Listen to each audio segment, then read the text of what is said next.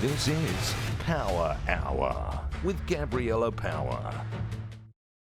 Hello and welcome to Power Hour. I'm Gabriella Power. Thank you for joining us.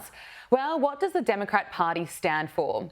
It appears what's truly important to them is fighting for the return of a deported criminal. Right now, Democrat Maryland Senator Chris Van Hollen is trying to be a hero by sticking it to the Trump administration and flying all the way to El Salvador using taxpayer dollars to be the one to rescue alleged MS-13 gang member Kilmer Albrego Garcia, who was recently deported back to his home country of El Salvador. The Democrats and the mainstream media don't want you to know that he was part of a criminal gang. They also don't want you to know that he's previously been accused of physically abusing his wife. And in 2021, Kilmer Albrego Garcia's wife filed for a protective order against her husband, claiming he punched, scratched and bruised her, according to court documents. No, they want you to think he was just an innocent Maryland father and that Donald Trump is a big bad bully.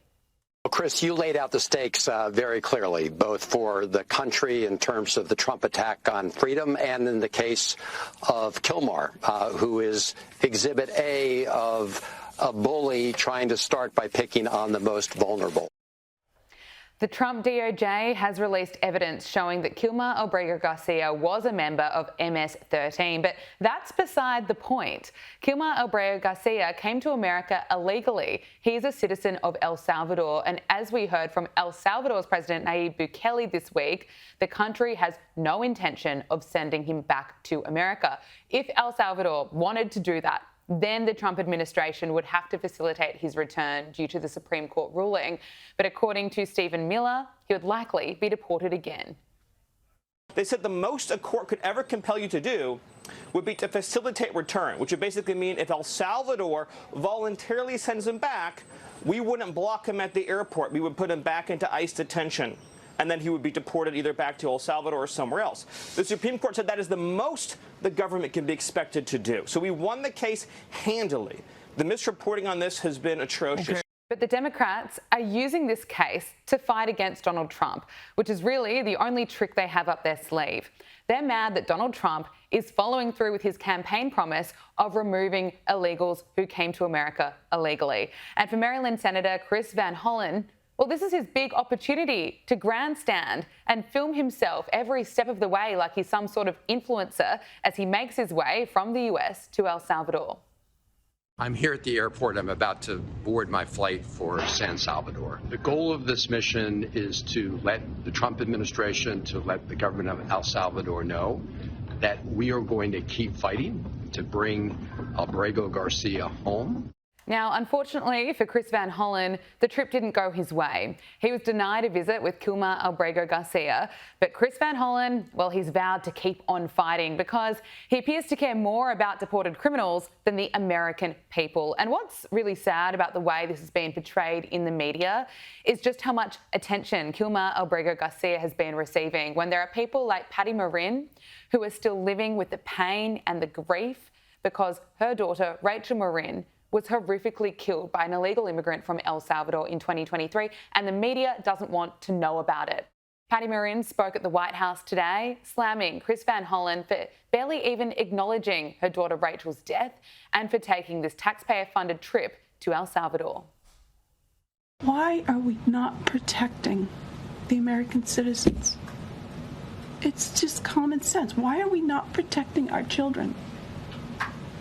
And to have a senator from Maryland who didn't even acknowledge or barely acknowledged my daughter and the brutal death that she endured, leaving her 5 children without a mother and now a grandbaby without a grandmother, so that he can use my taxpayer money to fly to El Salvador to bring back someone that's not even an American citizen.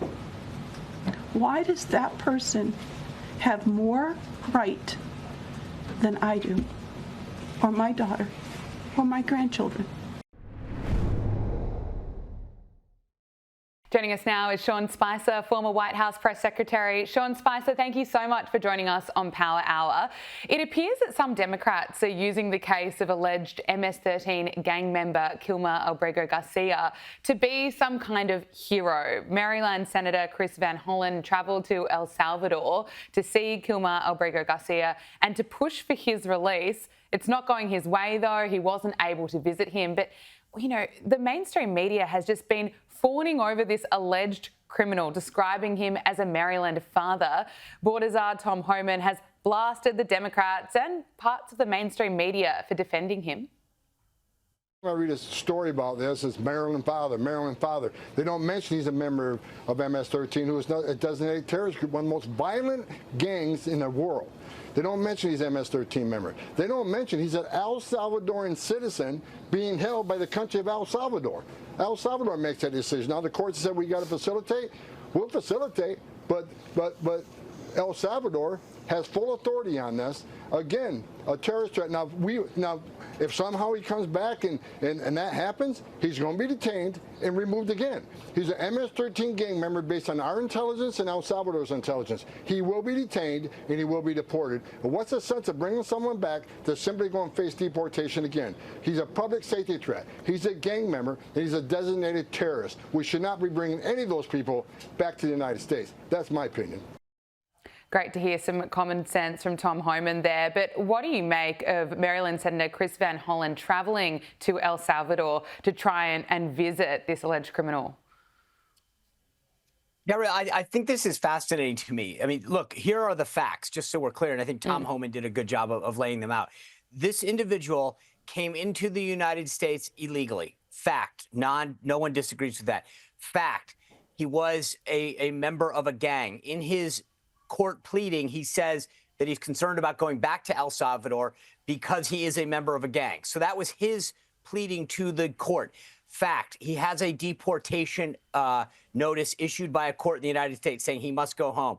And final fact is he is a citizen of El Salvador. Yeah. I don't understand what Chris Van Hollen is doing, because he's basically going down saying, I want to rescue a gang member from another country to come back into the United States to potentially do harm.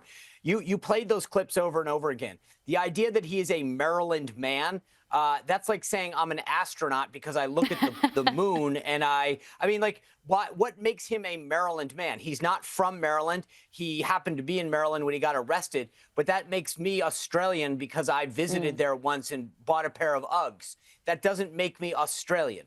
And I think that the media here is more sympathetic with a gang member from another country who has broken the law and been in the United States in order to be deported than they do with the thousands of victims who have faced the violent crimes from people in this country illegally.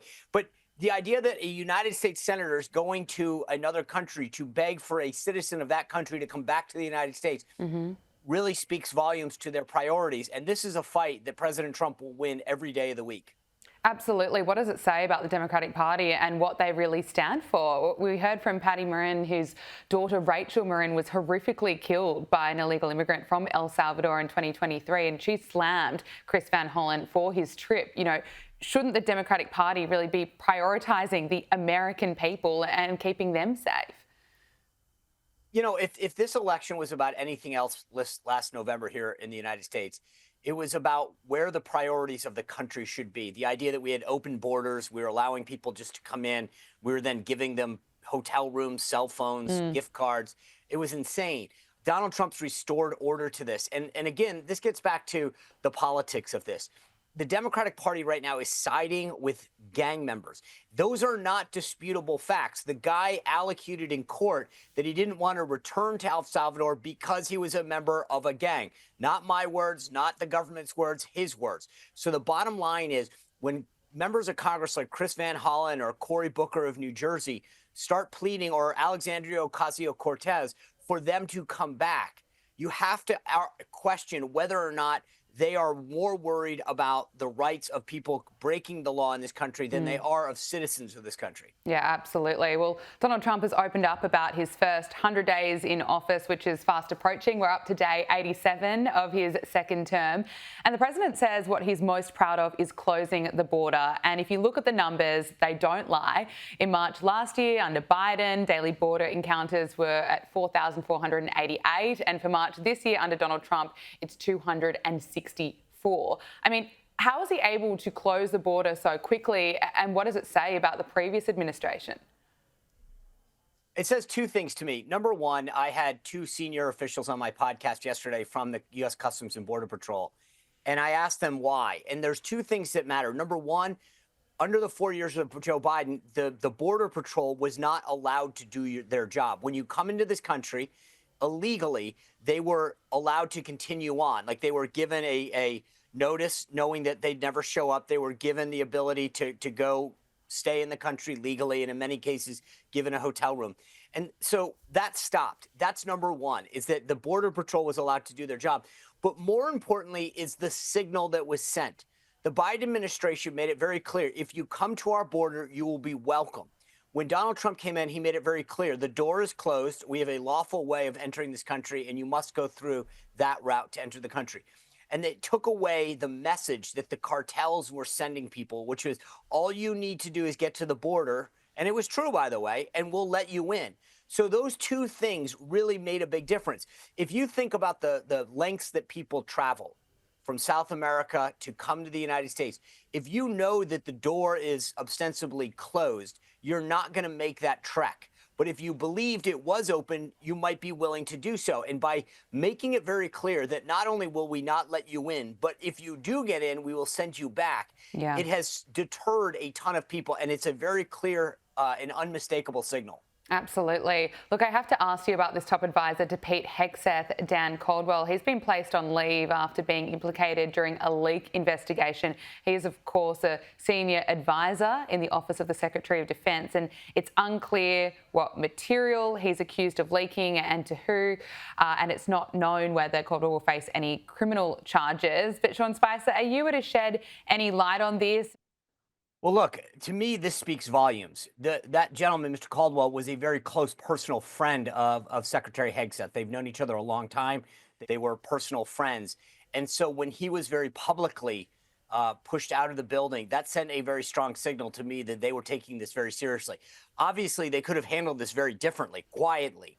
And by doing it very publicly, that, to me, made it very clear that this was a serious breach of which they at least had some inclination that there was a problem with this individual. Now, again, we're all innocent until proven guilty in America, but the public nature of this and the closeness and proximity of this individual and the relationship that he's enjoyed with Secretary Hegseth led me to believe that this was a very, very serious matter because, as I said, if they just suspected him or whatever, they could have easily, put him on leave without notice, but they made a public spectacle of this, I think, for a reason.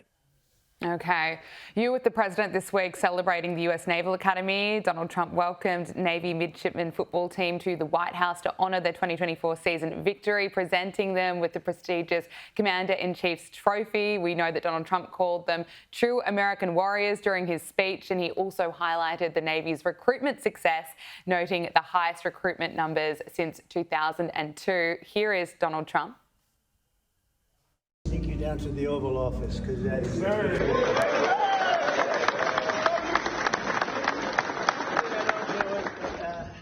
I'm going to do it. Look, you can not deny that they absolutely love their president. Just looking at that clip, there must have been such a strong sense of pride in the White House. Yeah, not only were we celebrating the Naval Academy's, Commander-in-Chief trophy, but I can tell you, having I was right next to him when he did that. These individuals, these young men and women, many of whom are headed off to start their military careers next year. It's not often that not only do you get to come to the White House and celebrate the victory, but as you saw in that clip that you just played, they were all escorted from there through the residence over into the Oval Office, and each one of them got a picture with the president. I got to tell you, he called several up on stage while he was talking. It was really a great, cool moment to be part of. I was honored. The president has named me to the Board of Visitors of the Naval Academy for the second time, once during his first term and now again. And for me, it was an honor to be present and part of that ceremony and then go visit the president in the Oval Office as well. Oh, I love to hear it. I have to ask you, unfortunately, about Joe Biden because he's back from hiding. The 82-year-old delivered his first public address since leaving the Oval Office in Chicago this week. And look, my take on it, it was as weak as water. Despite the months that he's had off, he's still a rambling mess. His speech was still about attacking Donald Trump and Social Security. And at one point, he did what he always tends to do when he wants to make a point, and that is to start yelling. But dignity, simple dignity. Everyone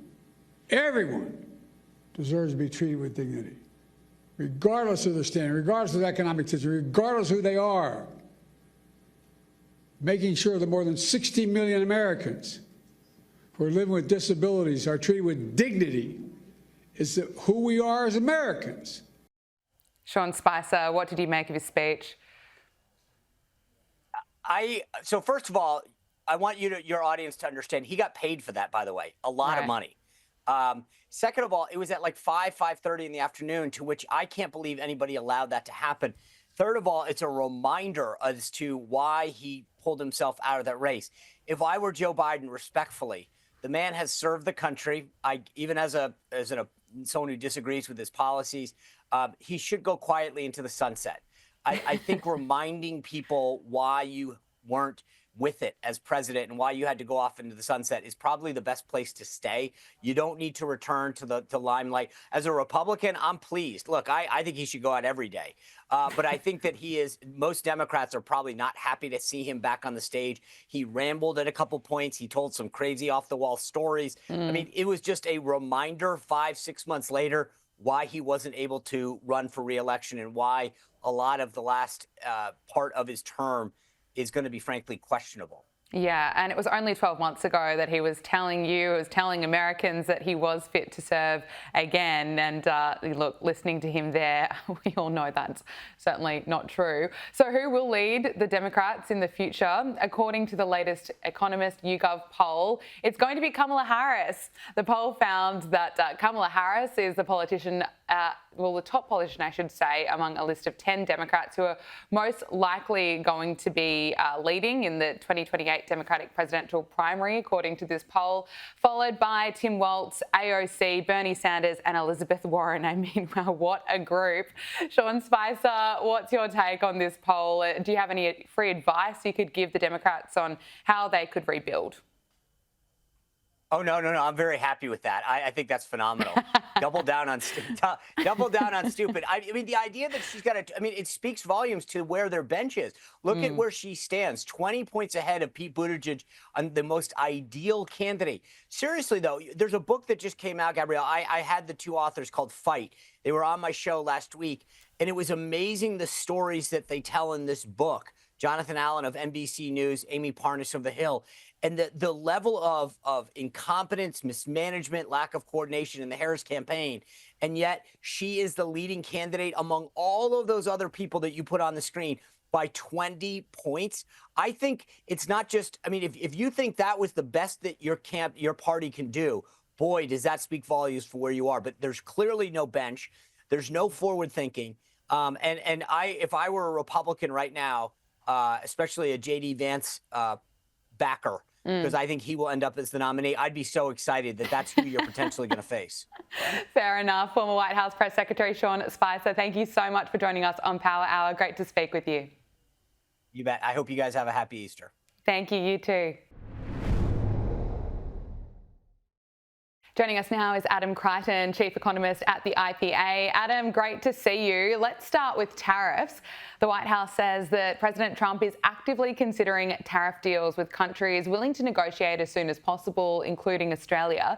And the Trump administration has apparently been presented with offers from at least 15 countries following Trump's announcement last week of a 90-day pause on reciprocal tariffs. Now, no agreements have been finalised yet, but it's expected that deals should be happening soon, according to the White House.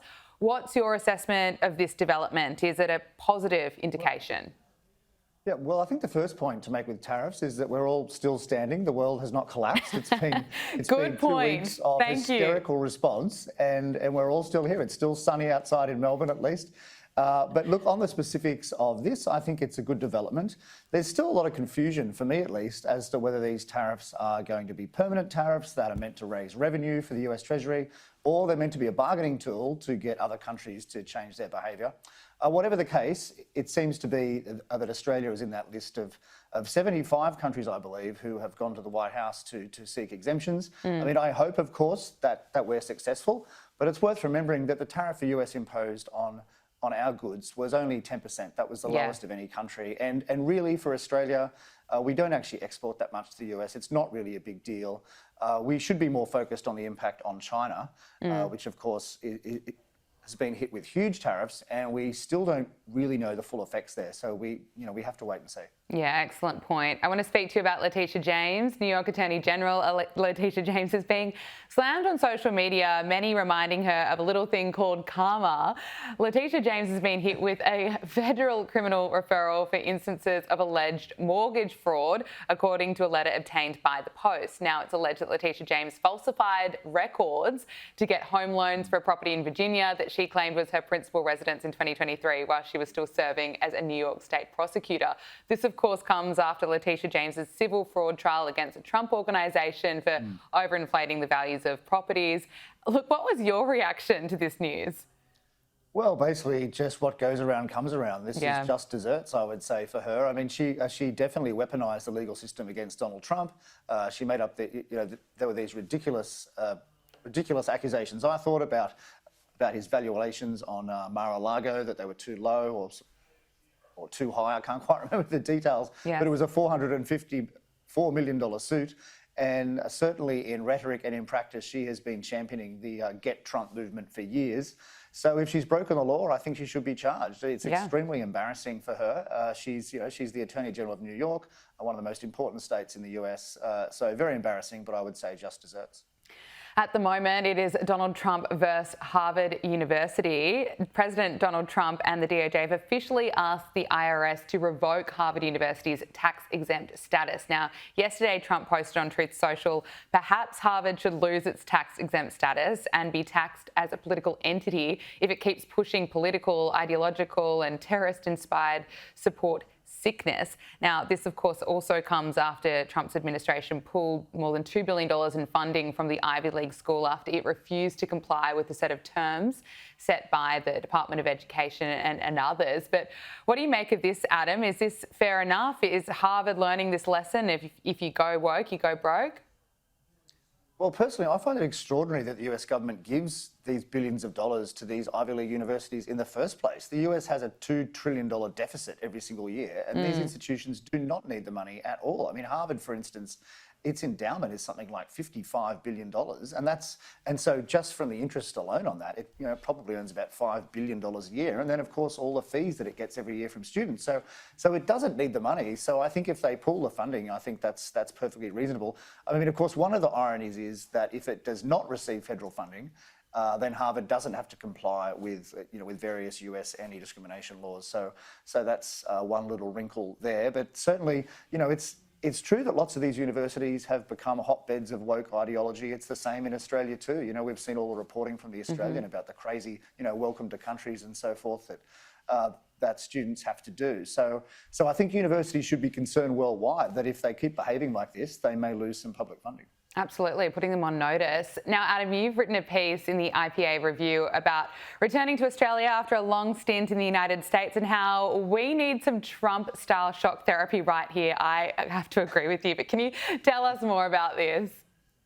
Yeah, well, look, I started that piece just by being so shocked basically at how woke Australia had become. When I landed at Sydney Airport, the first sign I saw was "Welcome to Gamay," and I thought to myself, "What on earth is Gamay?" I realised it's the Aboriginal word for the local area, and then I turned on the ABC News a bit later, and it was it had some Aboriginal name for the news. So I was just like, this would never happen in the US ever. I mean, even Democrats would not behave like that in the US. You'd never see President Biden, for instance, standing in front of 3 flags, whereas that happens with our politicians here all the time. So I just really noticed a big cultural difference. And then of course, on the policy front, well, look, we're in this federal election campaign. It's pretty depressing stuff. Oh, isn't it? People might not like Donald Trump, but at least he's doing things. I mean, I think he's issued 124 executive orders since he was sworn in, which is a record, whereas our politicians here, when they act, they tend to do damaging things if they act at all. Yeah, I agree. Even if you like Trump or not, he's leading and he's not trying to pander to some group to try and get votes. You know exactly where he stands for. I think a lot of the criticism that I keep hearing about this election campaign here in Australia is we need someone like a Donald Trump to actually stand up. Do you think that would work here in Australia, or are we all too woke that it wouldn't work here?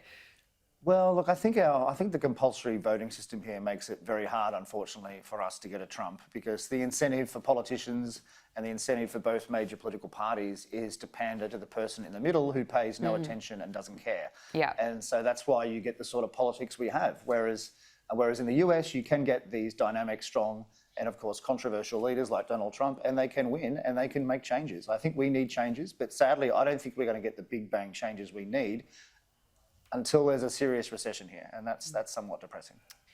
Isn't it? Well, looking at Donald Trump's popularity, his chaotic tariff rollout hasn't dented his popularity one bit. A new Daily Mail and JL Partners poll has shown that his approval rating is now sitting at 54%, matching his all-time high. Are you surprised by this, Adam, or not at all? Yeah, look, slightly surprised. I mean, that's just as we said earlier. There's been this hysterical media reaction for weeks. It doesn't seem to have affected him, but then again, it hasn't affected him for 8 years to some extent. The media, he's always attacked, and he got more popular. So, but look, he's doing what he said he was going to do. I mean, he announced these tariffs all throughout the election campaign, which I covered in the US. He said it all the time at every speech, and now he's doing it. So certainly amongst his supporters, they'd be happy about it. And look, 60% of the US population don't own any shares, basically. So they couldn't give two hoots about the stock market, which has been on the front page every single day for a week, basically, for weeks. So for them, that's not a negative. They just want jobs to come back to the US, good manufacturing jobs. Whether that happens or not, we don't know. Let's just wait and see. But I can understand why his supporters are happy with him.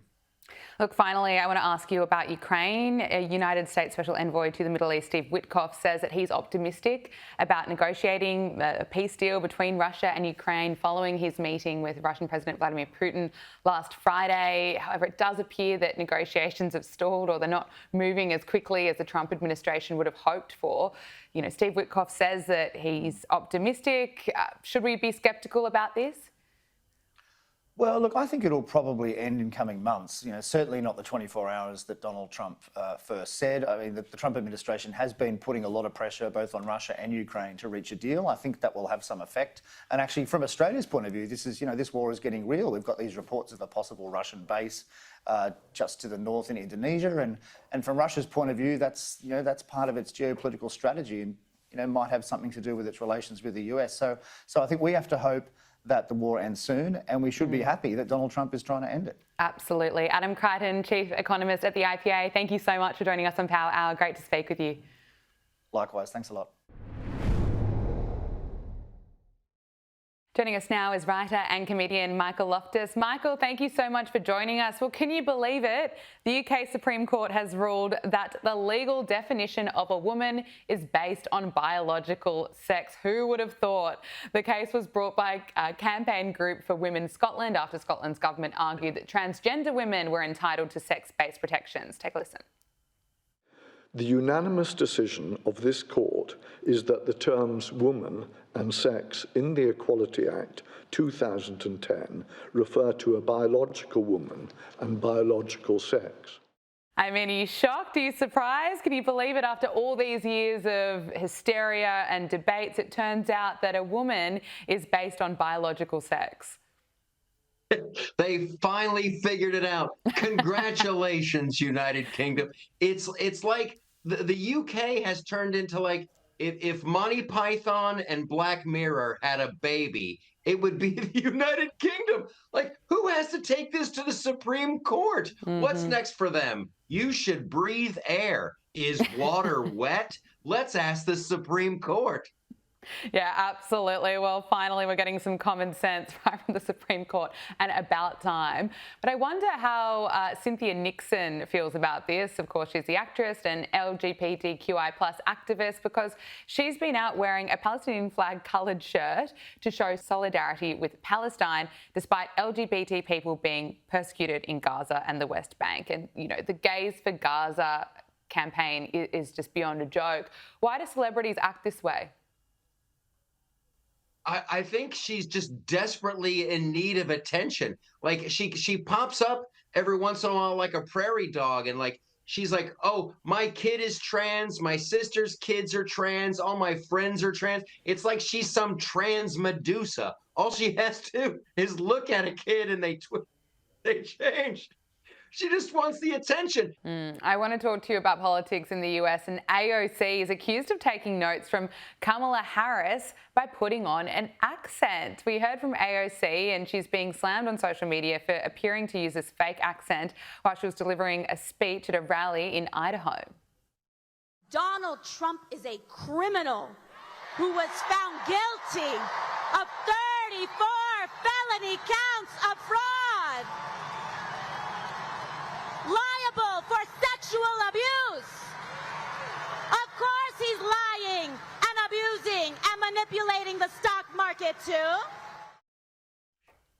Listening to that, I'm actually a bit triggered from all the accents we had to hear from Kamala Harris throughout 2024. But that strategy didn't work for Kamala Harris. She became a laughingstock because those clips went viral on social media. Yes. Everyone could see that she was putting on a different accent depending on the crowd. So why is AOC copying her? I don't know, but at least Kamala Harris was smart enough to stick to one accent. AOC switches up halfway through. Like, she starts off as AOC, then she shifts into some Eastern European bloc nation accent, and then at the end, she twists it with a little Icelandic, like Greta Thunberg. She's like, Donald Trump, he got that's comedy. Nothing is funnier than her saying two. Yeah, well, we'll see how that works out for her. A new poll shows that there's a growing number of Republicans who identify with the MAGA movement. A new NBC News poll found that 71% of Republicans now call themselves MAGA supporters, which is an increase compared to previous polling. And there's also been a similar shift among college-educated men. They are now identifying as MAGA supporters. What do you put this down to?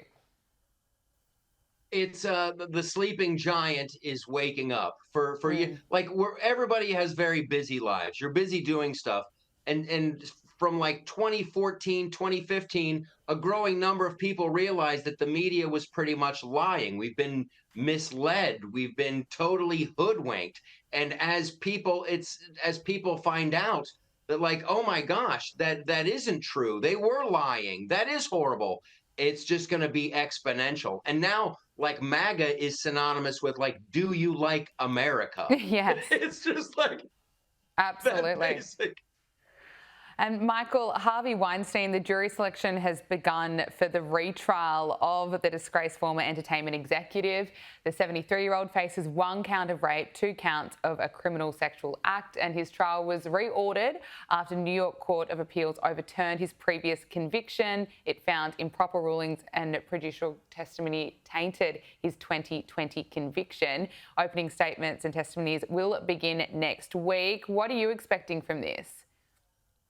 I don't think it's going to get any better for Harvey Weinstein. I lived in Hollywood. I worked in Hollywood for a lot of years, and that's like those days are over. They've passed, the casting couch and all that. So Harvey's not getting any younger. What they should do is just paint his cell a different color and tell him he won and he's in a new Holiday Inn. That's one way of putting it. Writer and comedian Michael Loftus, thank you so much for making the time to join us on Power Hour. Great to speak with you. Oh, thanks for having me. Rescued hostage Noah Agamani has been named in Time magazine's annual list of the 100 most influential people of the year. Now, this is a reminder of Noah's bravery and Hamas's cruelty and the reality of the situation in the Middle East, which is that more than 50 innocent people are still being held hostage. Noah was being held hostage for 246 days by Hamas terrorists, and since her rescue, she's shown extraordinary courage in speaking out for the remaining hostages, including her partner. Now, Noah has posted, "I'm deeply honoured to be included in the Time 100 list and grateful that this recognition continues to shine a light on the hostage crisis and the horrific attacks of October 7th. It's a powerful reminder of the urgent need to keep speaking out. I'm especially humbled to serve as a voice for the hostages who remain in captivity, those who can't speak for themselves. My life changed forever on October 7th. I spent 246 days as a hostage, stripped of freedom and control. Since my rescue, I've made a promise to do everything in my power to bring the others home, including my love, my partner, who is still being held in the tunnels of Gaza. There are still 59 hostages in Gaza, innocent people. They need us. We must not stop. Bring them all home now." Meghan Markle is facing fresh backlash after launching yet another shameless money-making scheme. Riley Sullivan is a lifestyle reporter here at skynews.com.au and he's always across the latest celebrity headlines. Riley, great to see you. Great to be back. Meghan Markle has officially launched a new shopping page where her fans can buy her favourite products. But why is this new venture being condemned? This is a really interesting one. So, as you said, she's launched this new page. It's basically a link through her social media accounts. And this is a very common thing that influencers do, where they can curate a list of products from any brand, really. And basically, every time one of her followers buys the item, she gets a cut, she gets a commission. Right. So, Meghan, you know, it's a little bit cheesy because you do think this is a former member of the royal family, you know, essentially trying to make a couple bucks off a product sale. Like, it is very desperate. But, you know, what's really got people kind of outraged, actually, is that she made this Easter edit. So it was Easter-themed products for kids, for families, and a lot of the products on the page were things that Prince George has worn, like clothing brands, children's clothing brands that Prince George, Princess Charlotte have worn, and they're almost the exact same items or very similar items. And there is this sort of, I guess, you know, allegation now that Meghan is kind of using her nieces and nephews to make a bit of money because, of course, you know, the Sussexes protect their own children's privacy. You know, they don't really photograph Archie and Lilibet, but some people think it's quite hypocritical to be sort of selling these products that are very associated with her nieces and nephews. And I do think this is very kind of uncharted territory for a royal. Absolutely. And if I was Princess Catherine, I would not be happy about this. Absolutely. Can you imagine Princess Catherine doing something like that, or any member of the royal family? I mean, just the hypocrisy of it. It's unbelievable. Princess Beatrice and Eugenie were among a group of royals who recently travelled to Bahrain for the Formula One Grand Prix. What do we know about the big royal reunion in the Middle East? Yeah, you know, this is such an interesting contrast from, you know, you have Meghan Markle doing anything to make a buck. Meanwhile, 5 members of the royal family were in Bahrain, living their lives, you know, hanging out, and we didn't really hear about it. Of course, we saw photos and we know about it now, but it wasn't, you know, it's just such a contrast to sort of see someone who is, you know, aggressively pursuing the spotlight and fame and making money versus these actual blood-born royals who are just sort of living a normal life. So yeah, as you said, they were all in Bahrain. It was Eugenie and Beatrice, obviously sisters, best friends. They're always there. They go to the Middle East a lot. They do a lot of business over there. But also Zara Tindall was there, who is of course their cousin, Princess Anne's daughter, and also Peter Phillips. So kind of a bit of a royal reunion. And then just to top it off, Fergie was also there. So there you go. That was 5 members of the royal family in town for the Grand Prix. And, you know, it was just really nice to see them. It was, you know, they looked very relaxed. Everyone was kind of hanging out. And I do think as well, you know, events like the Grand Prix, but especially in places like Bahrain, it does allow the royal family to relax a bit because they aren't necessarily on show, and they can kind of enjoy themselves a bit. So yeah, just sort of a nice one. And it's especially nice to see the cousins all hanging out because we know that they are very loyal to King Charles, very loyal to Prince William. There were reports that they've all got a bit of a pact to sort of support the monarchy, and I just think keeping it classy, I love it. Absolutely, we love to see it. Yeah. Meanwhile, Prince Harry has reportedly become more distant than ever from his father, King Charles. What do we know about the current state of their relationship? Look, this was quite a sad update. I mean, there was reports this week in the British press that allegedly Harry was learned about King Charles' recent hospital stay from the media. He wasn't notified that his father was in hospital. Of course, King Charles spent several days in hospital earlier this month related to his cancer treatment. That was sad because we know that they are estranged, and I do think that part of that is probably concerns from within the royal family and from King Charles and Queen Camilla about their privacy. You know, we know that when Catherine was going through her cancer treatment last year, they also kept the Sussexes in the dark because they were worried about leaks. And that is not necessarily to suggest that it would be Meghan or Harry leaking, but I do think that they are surrounded by a group of sycophants and publicity people that, you know, maybe inadvertently would reveal something. So I think it's a very complicated situation. I don't think it's ideal for either party. I don't think Charles wants to be, you know, estranged from his son, and I don't think Harry wants to be finding out about his family in the press, but it's just the way it has to be. I mean, you know, they made their decision, and this is a very sort of sad example of that. Absolutely, it is very sad. Denmark's Princess Isabella has made her first public speech as the Danish royal family continues to celebrate her 18th birthday. What can you tell us about this speech? Yeah, well, Isabella's really kind of, you know, just sort of launched with a bang. She's made her first public speech. She's just turned 18. Actually, she's celebrating her 18th this Easter long weekend, and she is sort of being, I guess, prepared for a life as a royal. She will be a working royal. She'll be very much taking on the role of supporting her brother, Christian, when he becomes the King of Denmark. Of course, Isabella is the daughter of Aussie Queen Mary and King Frederick. Yes. And she made her first public speech earlier this week. And it was really kind of, you know, positively received. I think in the Danish press, we were looking at some of the Danish media outlets and their coverage, and also in the UK and around the world. And people kind of love her sort of sense of humour. She kind of made this funny, there was this funny line at the start of the speech where she referenced kind of this infamous thing that happened a few years ago where, and this is, you know, happens to the best of us, she was picked up on a microphone kind of having a bit of a tense moment with Mary. And it was this sort of like thing that was hanging over her head for a few years, and people were like, oh, remember that clip of, you know, Isabella snapping at Mary? And then she just sort of said, look, here I am, I'm in front of the microphone. Now I know that the microphone's on. Now it's on. Yeah. So she'll still have a go at her mum. Yeah. No. But, you know, people love that. I think she just sort of, you know, what a masterstroke to just sort of get ahead of it, have a bit of a joke. And, you know, the Danes love that. So, yeah. And at 18, birthday. what a big future ahead of her. Riley Sullivan, thank you so much for joining us. Thank you. Well, this week, Donald Trump learnt how to say "Make America Great Again" in Spanish, and it's going viral. Mr. President, I'd like to teach you how to say "Let's make America great again" in Spanish. So, vamos a hacer América grande otra vez. America grande otra vez.